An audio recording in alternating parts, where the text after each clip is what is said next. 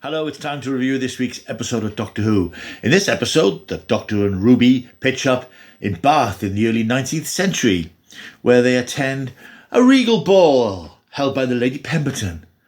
Also in attendance, a race of alien bird creatures obsessed with cosplaying and Bridgerton. And the Doctor makes an unusual connection. Welcome to Rogue.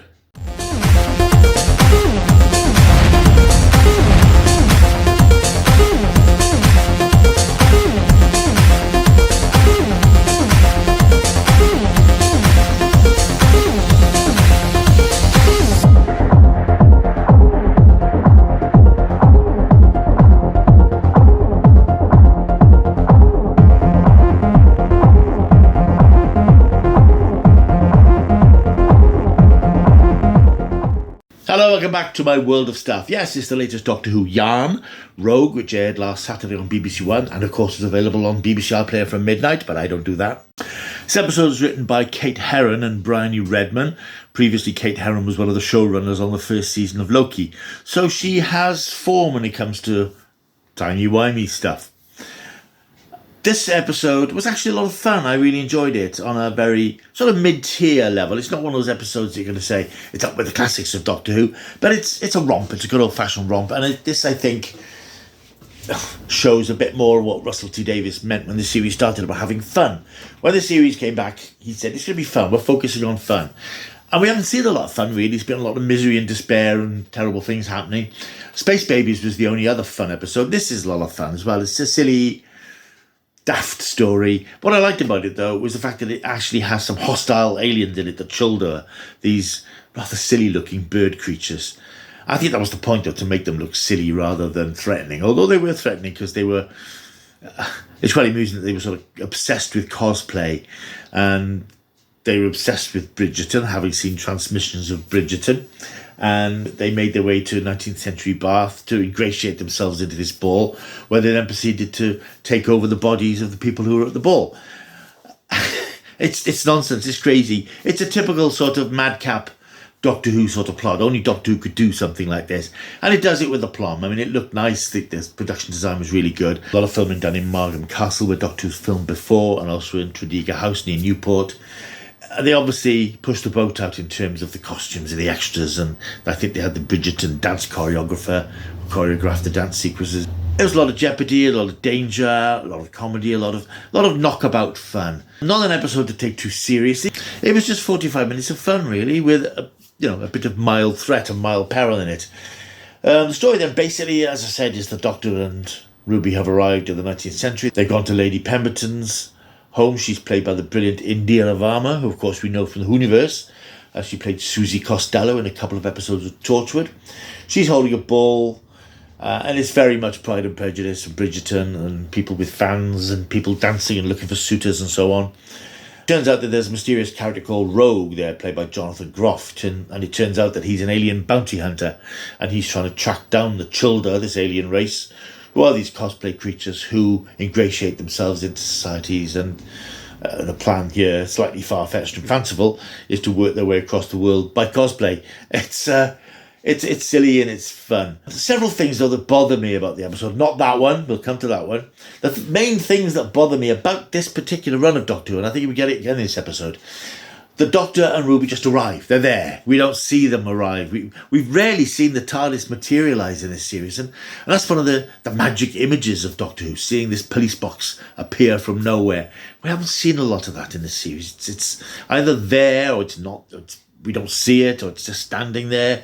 And I think it's a shame, because it's part of the magic of Doctor Who, seeing this incongruous police box materialising in strange places. It's all very well it being there. I'd like to see it get there.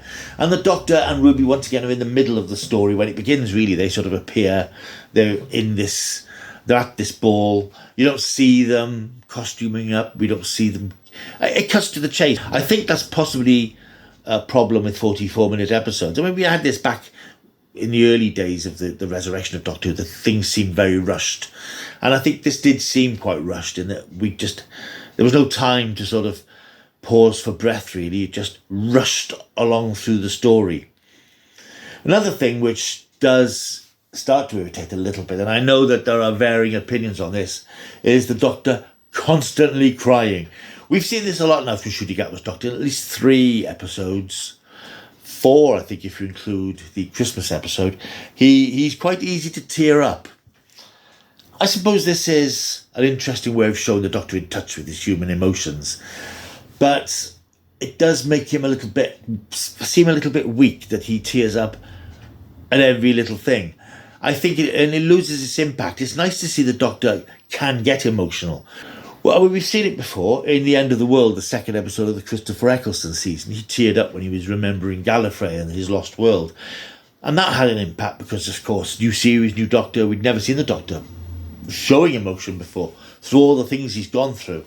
Very rarely shows any genuine emotion. I think there's a couple of times when Susan left and when Sarah Jane left, but he's pretty stoic. But this Doctor is in floods of tears all the time. Well, no, that's exaggeration, obviously.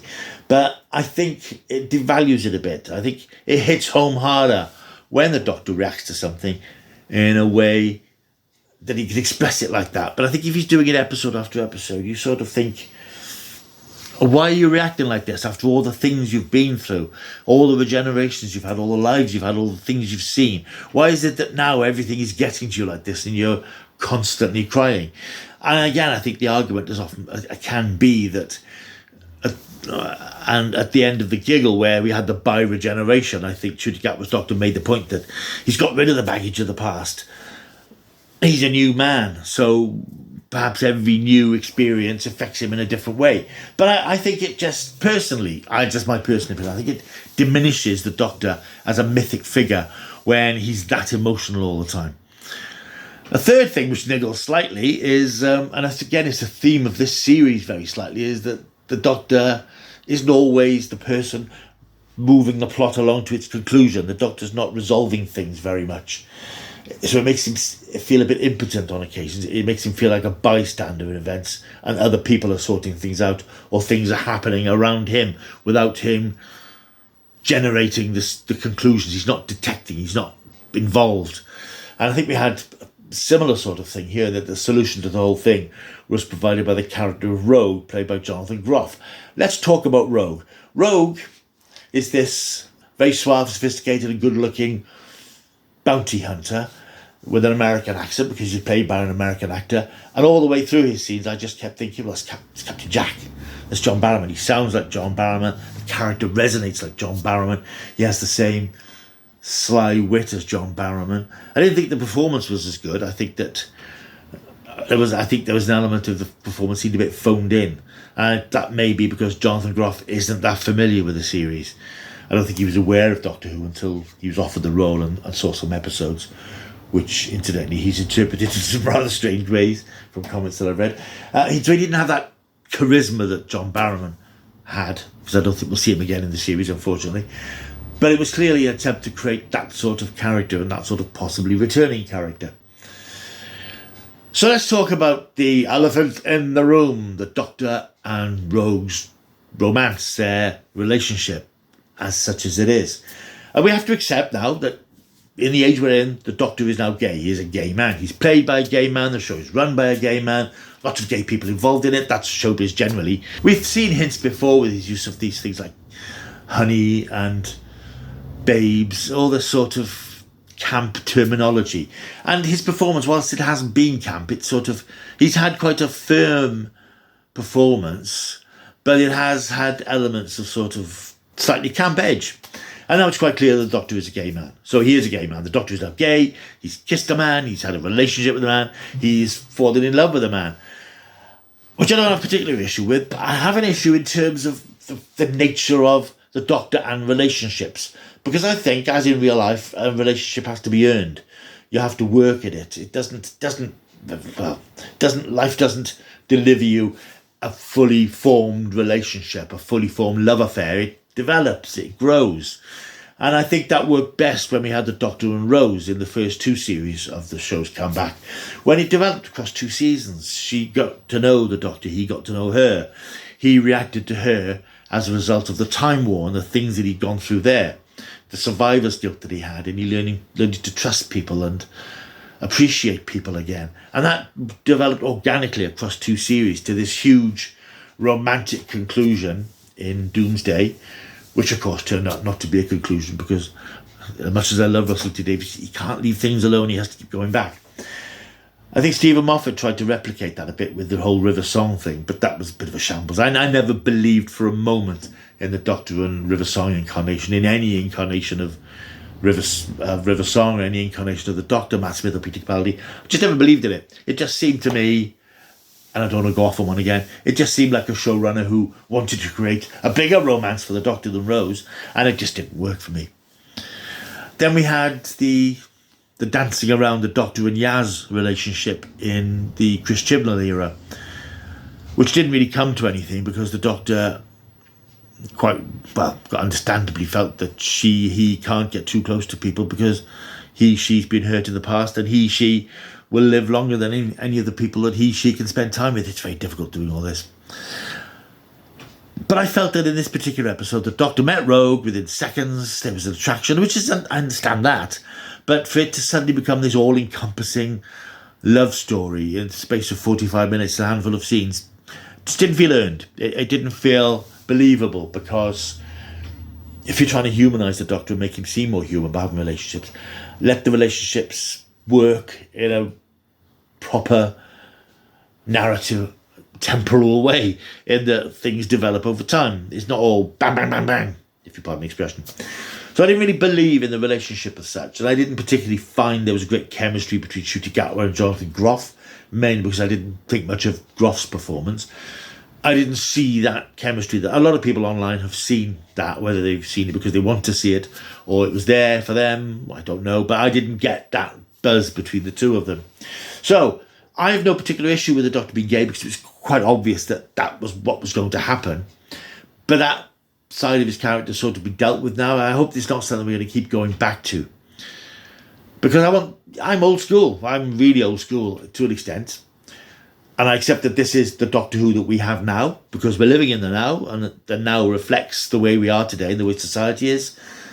But I quite like the old Doctor Who was sort of above that sort of thing. He was above sexuality.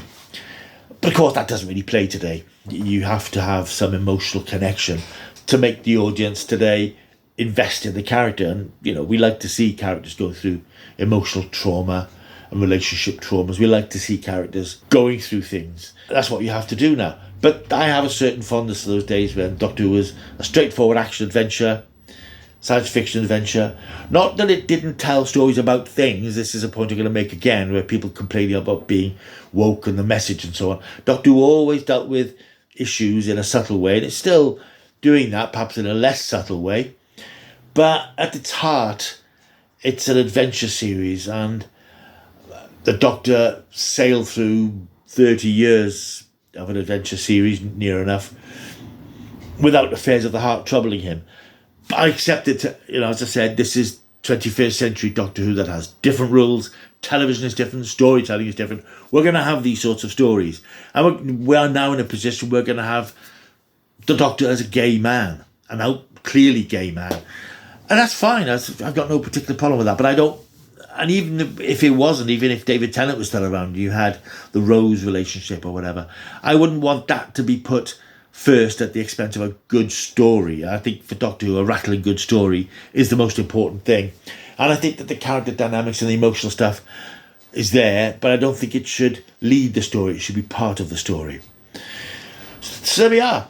Rogue was just fun. It was fun. I mean, the monsters looked a bit silly, but it was nice to have monsters with bad intentions again, with really bad intentions, because I think that's something, again, we haven't had for a long time. And I noticed that on the Unleashed making of show on the BBC 3 after the episode, Russell T Davies said he particularly wanted that sort of kill him sort of alien type creatures, which makes you think that that's not the way they're going. If that they're making an exception to do that sort of creature, that's not the way they're going in terms of creatures we'll see in the future, which is a shame, because I like a monster. I like an evil monster that wants to kill people, and that's what I like from Doctor Who, because I'm very old school in that way. So this then is a very modern Doctor Who story, which reflects the success of Bridgerton and that sort of obsession with Regency era stuff. And it reflects the Doctor's sexuality in a very modern way. And that's fine, because at the end of the day, it still felt very Doctor Who. The story itself felt like Doctor Who, and it was able to carry all these modern things, if you like, quite well. So it's not an epic story. It's not a story that I will look back on and say, wow, that was a great one. But it was a bit of fun for this point in the series before we head towards the finale in the next couple of weeks. Rogue, then. I'll give Rogue 6.5 out of 10 in terms of my appreciation of it. Other opinions are, of course, available, and I'd like to hear those opinions. So why not leave a comment down below, like and subscribe. As ever with Doctor Who videos, if you're going to leave a comment, try and be sensible, because I will just delete the stupid ones. People say, it's shit, it's woke, bye. But if you have a constructive comment to make about the episode, I'm interested to hear what you have to say. I don't know that I've put across my views about the emotional stuff particularly well, because it's a tough one to call. I'm old school Doctor Who fan who grew up with Doctor Who when he didn't have emotions. Now he does, and he has relationships, and he has heartbreak. And I suppose I'm still coming to terms with that new modern feel to Doctor Who. But I'm glad to say that whether he snogs a man or a woman or K9, the stories, it still feels like Doctor Who to me. That's what keeps me with it, because it's about this man who travels in time and space in a police box. We'd like to see it materialising now and again, folks. It still feels like Doctor Who, but it is a very modern version of Doctor Who now. And I think it has to be to survive. And I think that's an issue that a lot of people have. So that's Rogue. Right, more Doctor Who stuff coming up very soon, of course. There's the lay of the land in the next couple of weeks. We've got 2 more episodes to go. We've got The Legend of Ruby Sunday, and we've got Empire of Death. Now, I'll be putting up my review of The Legend of Ruby Sunday next weekendish. My review of Empire of Death will arrive fairly quickly, because I am going to one of the cinema screenings, the midnight cinema screenings of the finale, because it's an event. I like to watch Doctor Who when it's on TV, and I'll watch it again in the evening. But this is a big sort of cinema thing, and it's nice to see Doctor on the Doctor on the big screen. And it'll be nice to see this, and I think the cinema I'm at seems to be selling out quite well, so I think it is a bit of an event. So I will be reviewing that during the day on Saturday and posting the review pretty much after the episode ends on TV, so it'll be the quickest I've ever got a review of a new Doctor Who episode up. Following week, then, I'll be doing a breakdown of the ratings, as we'll pretty much know pretty much all the ratings by then, and putting that into the usual sort of balancing act context. And I'll be doing then an overview of the whole series, where its strengths, its weaknesses, what I feel it's achieved, the mark I think it may have missed on occasion, and where the future might be. Once again, thanks for watching. I hope I've managed to get across my points about the episode. The points that bothered me more, the early ones I mentioned about the Doctor crying and not seeing the TARDIS landing, and the Doctor not being pivotal to the progression of the story towards its conclusion, rather than the probably more controversial romantic aspects of the story. And I hope I've managed to put across, in a clumsy old man way, my feelings about that. Right, thank you for watching. Like and subscribe, leave a comment, sensible comment down below. I'll see you soon. Till I do, keep taking the stuff.